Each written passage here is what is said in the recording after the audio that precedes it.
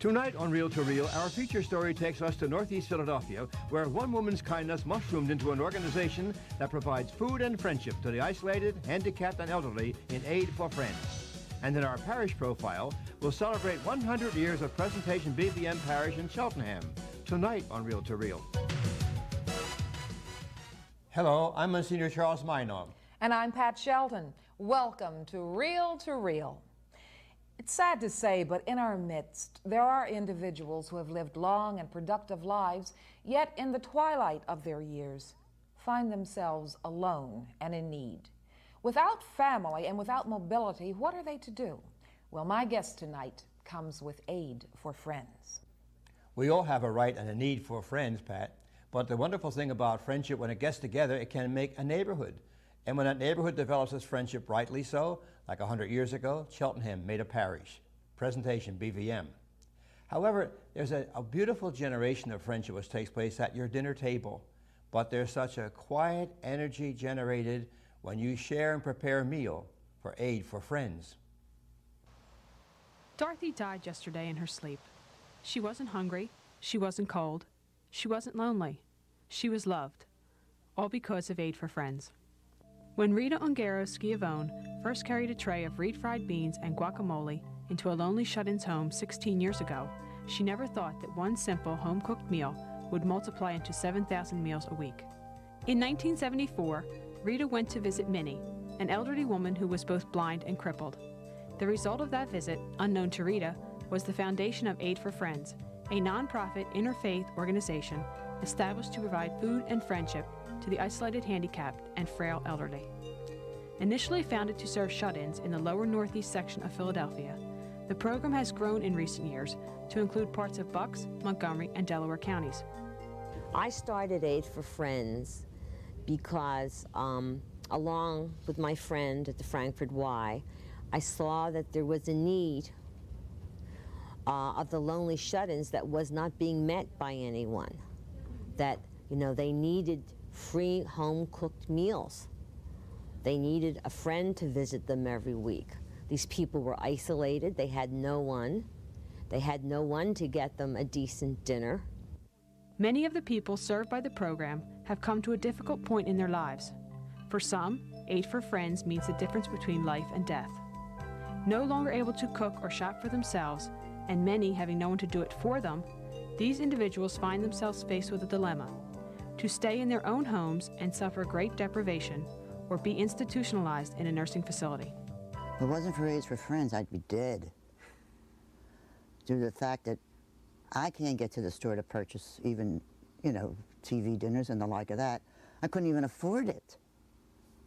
When you're in a pension, Social Security, forget it. It is to these individuals that Aid for Friends reaches out its hand, providing them not only with the essential physical nourishment, but also the realization that they are loved and cared for. The Aid for Friends philosophy is really simply put, okay?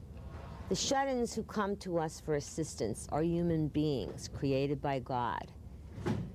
They deserve to have food, they deserve to have a friend, they deserve to feel love. And that's what Aid for Friends tries to do. We try to make certain that no shut-in goes hungry, and that everyone knows that somebody cares about them, that they're not forgotten because they're sick and they're old. Staffed by a network of 5,500 volunteers, the program's goal is to provide 7 home-cooked dinners to the isolated homebound who are unable to cook for themselves. Many of the meals which the shut-ins receive are donated by individual cook volunteers who are asked to prepare 1 extra serving each time they cook dinner for their own families. The meal is placed in an aluminum tray, covered, labeled with date and contents, sealed in a plastic bag, and placed in the cook's freezer. Once a week, the volunteer cooks bring their prepared meals to their church or other location that has an Aid for Friends freezer. Shut-ins, or client friends as they are called, have their meals delivered to them weekly by their visitor friend, who picks up the dinners from a central freezer located at either the Aid for Friends headquarters or nearby facility. Visitors are also expected to spend at least 1 hour a week visiting with their client friends. Many visitors, however, go far beyond what is required of them. We just require visitors to go once a week and spend 1 hour visiting. However, many visitors go beyond that basic, and they do light housekeeping for them, or perhaps they shop before they go. They'll call and say, do you need milk or bread or whatever. Some of them adopt the shut-ins as part of their family. For their children, it becomes another grandparent. For many of the shut-ins, the weekly visits from their friends become an essential part of their lives, supplying them with the friendship and socialization which so many of them lack. Jean is wonderful. She's a good listener to my reminiscing. She provides a person to talk to when she comes. We generally spend a half hour, sometimes 3/4 of an hour, talking over various things. John, my visitor friend, he's terrific. He's so good. He really is. He's sweet. I even kiss him, but he won't tell you that. He's very, very kind, considerate, thoughtful. If he can't come, he calls. He lets you know things turned up and he can't make it. He's extremely considerate, very compassionate. Couldn't meet a nicer guy. Client friends, however, are not the only ones who benefit from the Aid for Friends program. I get a lot out of Aid for Friends. Ralph and Helen are always very happy to see me come, and so that makes me feel good. Ralph is a very interesting person. He's had many different careers, from flying airplanes to being on radio to a teacher, and so I love to hear him talk and tell me of his experiences. Aid for Friends for me is a way of reaching out to help people that need help in the community. It doesn't take very much time, and I feel good about it. Well, I get a lot of satisfaction knowing that you're helping somebody. And since I've been doing it, I feel better because I can see how it helps the people that you're bringing the food to, and without that food, it would be pretty hard for them to survive. Today, the caseload of clients which Aid for Friends handles is well over 1,000. Referrals to the program, which come from social workers, relief agencies, neighbors, and in some cases from the shut-ins themselves, continue to increase, and every day brings new situations and new individuals. Rita Ungaro-Schiavone, who volunteers as the Executive Director of Aid for Friends, is constantly faced with the concern that the number of clients will surpass the amount of food donations. Hoping to alleviate this situation, Schiavone and her dedicated staff of volunteers spend many hours outlining new ways of increasing participation in the program. To acquire new volunteers and the necessary assistance, Schiavone often spends many of her weekends touring the area, sharing her stories at churches and synagogues. Unfortunately, even after the best of efforts, the number of donated dinners is not always enough to handle the demand. When this occurs, Aid for Friends turns to its nationwide contributors, who supply both the needed funds to purchase large quantities of raw food and the necessary capital to help shut-ins with emergency expenses.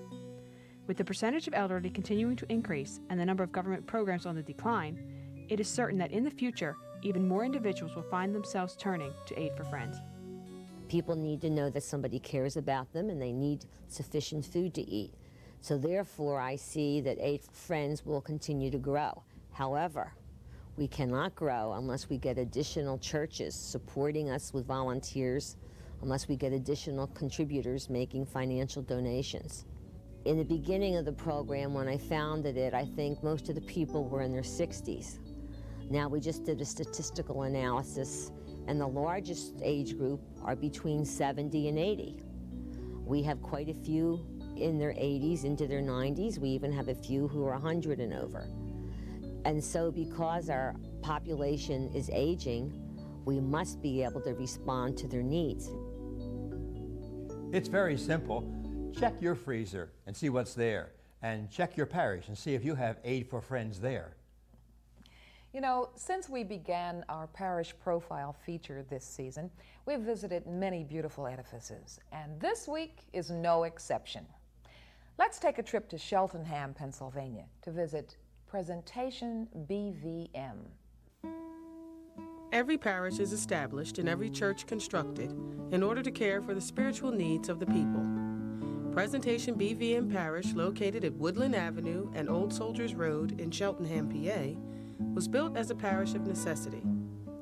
It was in 1890 that Archbishop Patrick Ryan, responding to a petition, decided that German and Irish immigrants in this area needed a church of their own. At the time of its founding, Presentation was the only Catholic parish between Immaculate Conception, Jenkintown, and St. Joachim, Frankfurt. The old wooden church, according to conflicting reports, was once a Protestant church given in a pre-ecumenical spirit. It was then torn down, re-erected, and transported to the site in Cheltenham. The cornerstone was laid May 31, 1891, and Father John H. Loughran was the first pastor. In 1926, the first school was dedicated, and a home was purchased to serve as a convent for the Sisters of St. Joseph. The new convent would be completed in April of 1961. The present school chapel opened in November of 1959, and it wasn't until 1894 that a rectory was bought, so the new rectory was completed in September of 1963. The church, school, convent, and rectory were inadequate to meet the needs of this rapidly growing parish. Permission to build a new church was given by the Archbishop, and the blessing of the site and the groundbreaking ceremony took place on Mother's Day, May 12, 1966. Today, Presentation Church is a monument to modern times.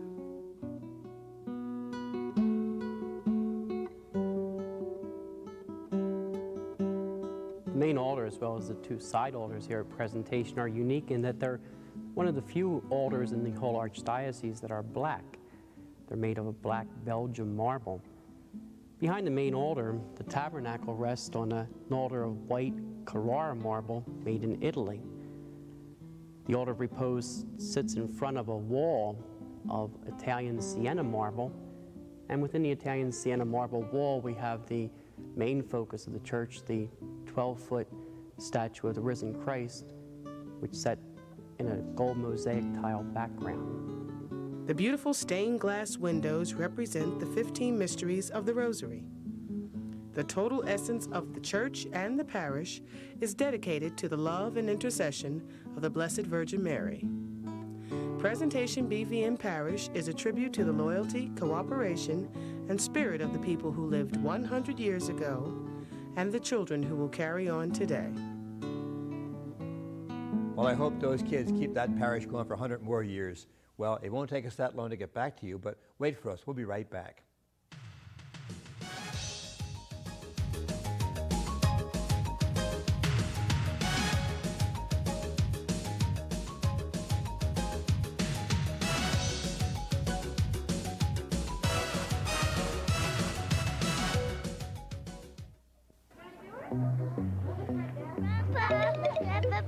First, we'll take a ride in the car, all right?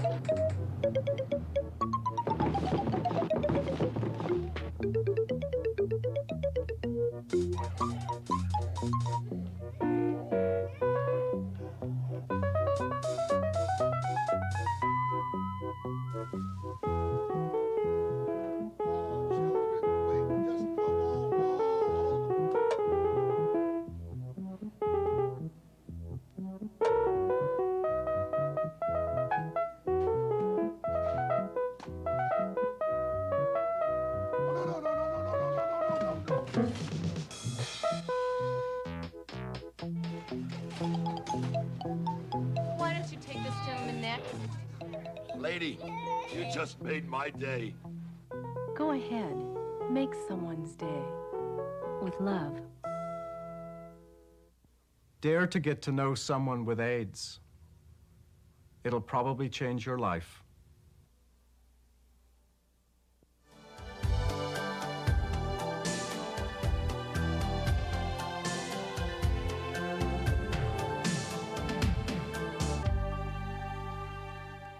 If you are elderly or handicapped, alone, in need, please stay with us now.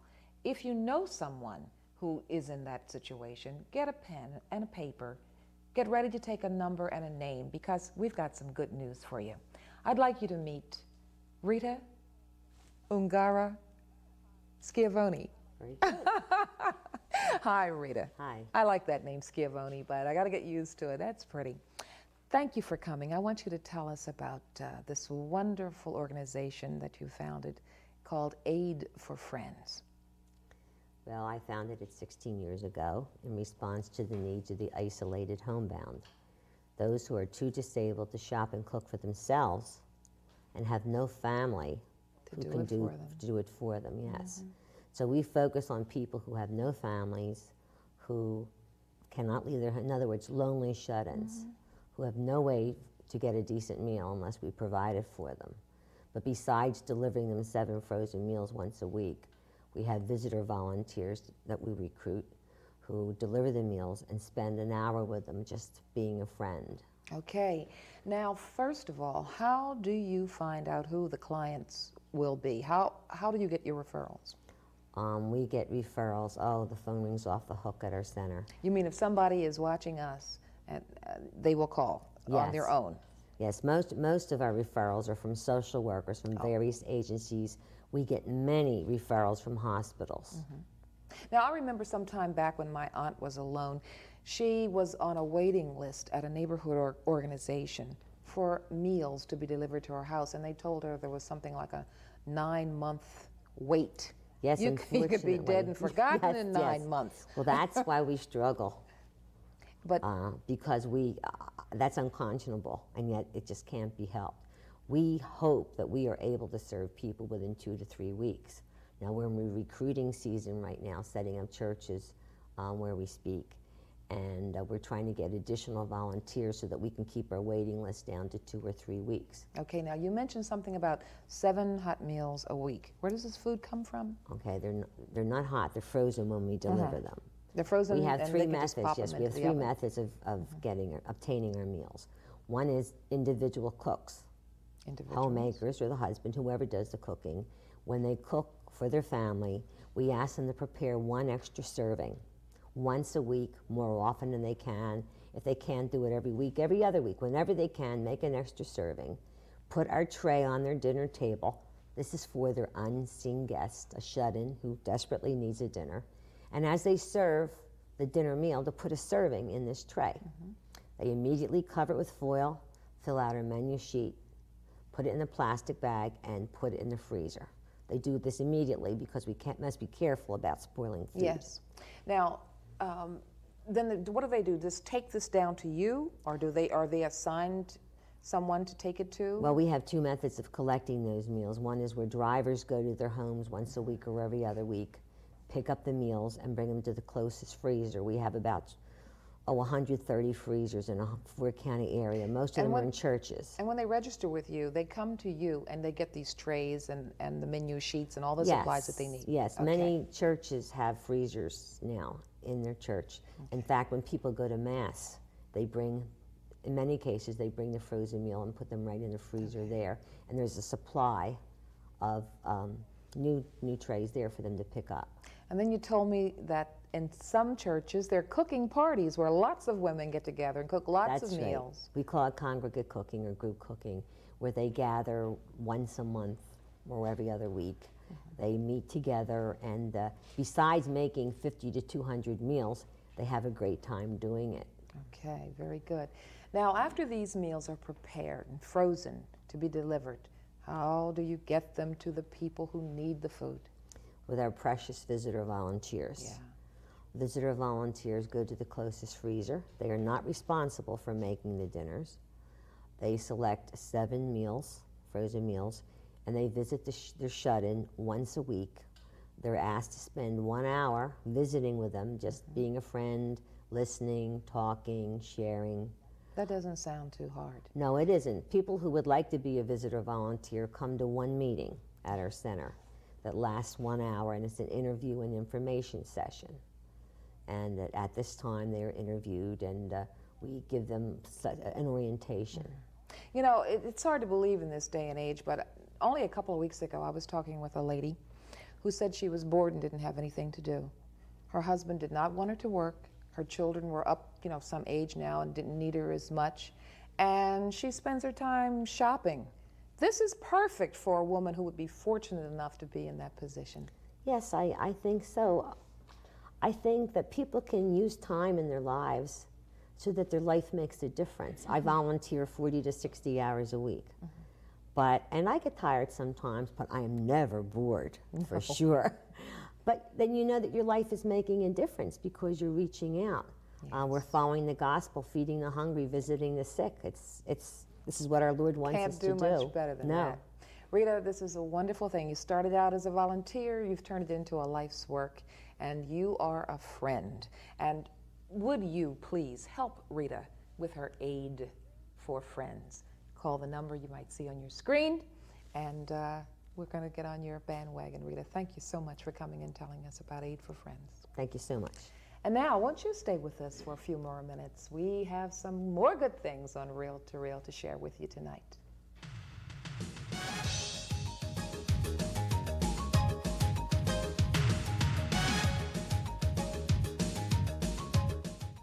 The tragedy of child abuse takes many forms, from verbal assaults to hurtful blows.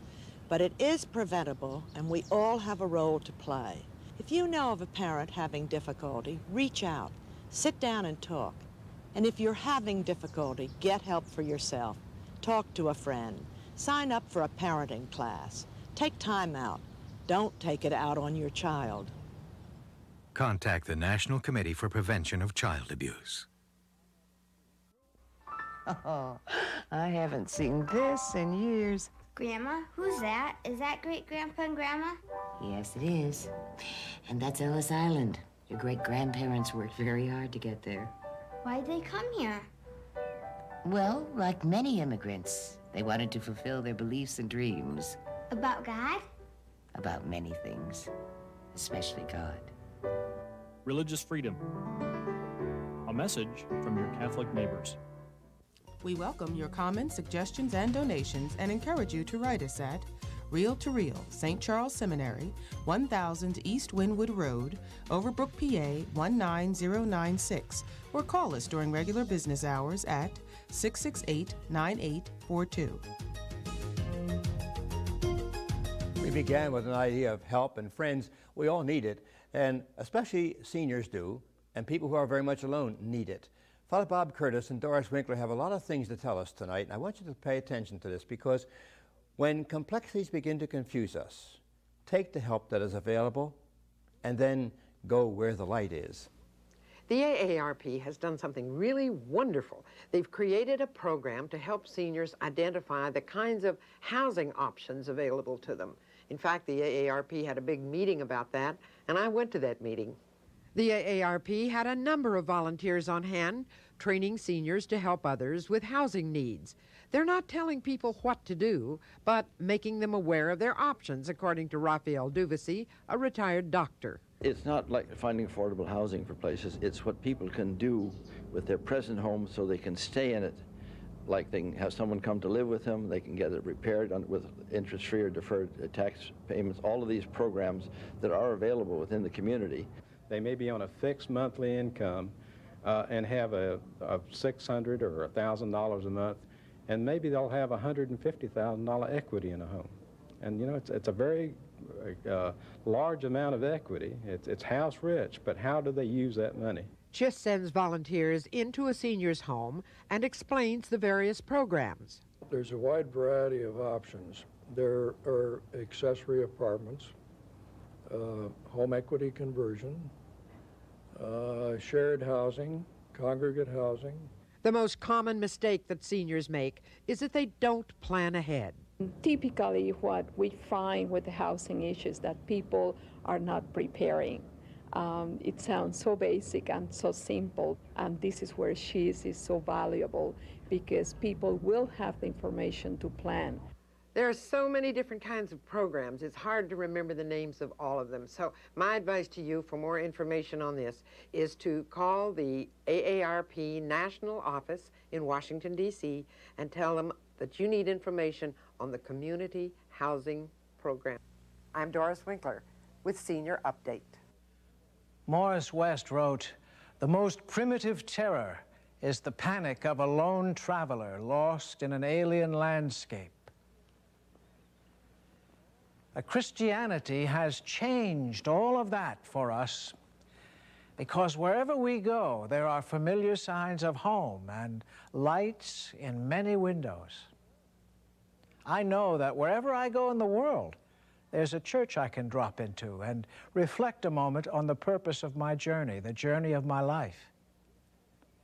In that way, I can re-simplify myself whenever I get too complicated.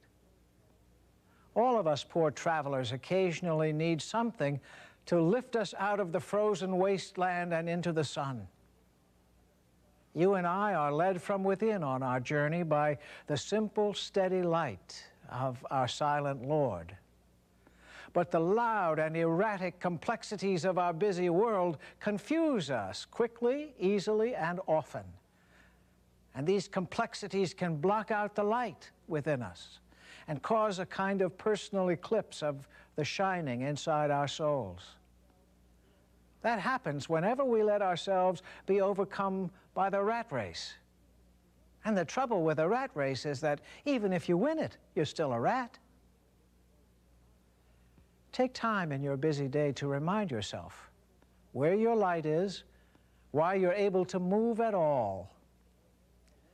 We kneel in the shadows to worship, aware that shadows are only made when the light is near.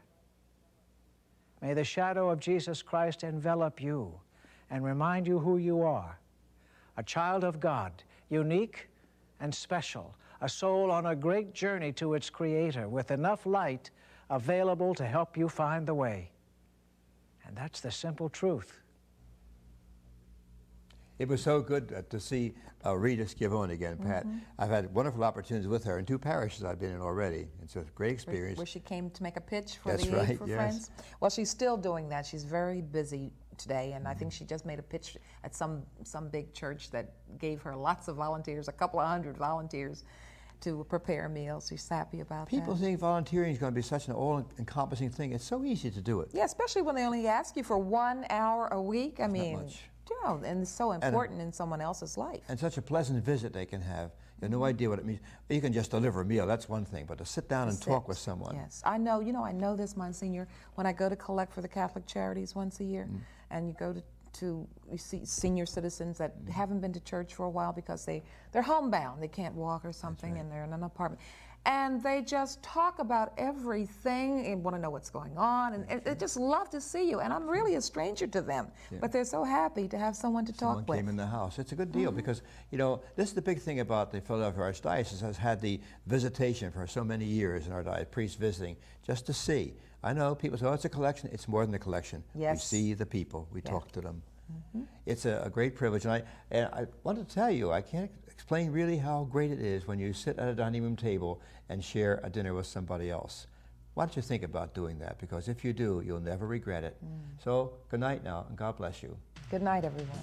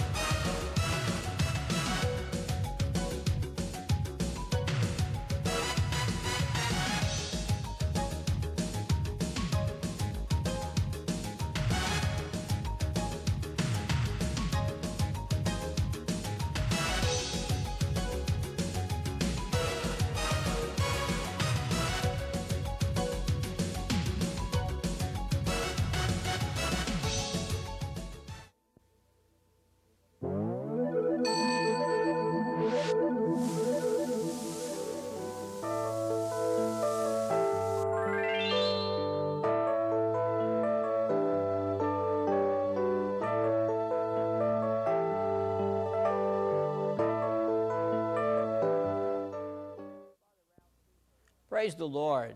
I'm Father Ralph Chifo from the Charismatic Office. Jesus assures us, I am the way, the truth, and the life. And each week at a Charismatic prayer group, we experience through sharing, singing, and learning the joy of knowing the Lord with us. Become one of us and all of our brothers and sisters in prayer and the joy of learning about Christ's death and resurrection.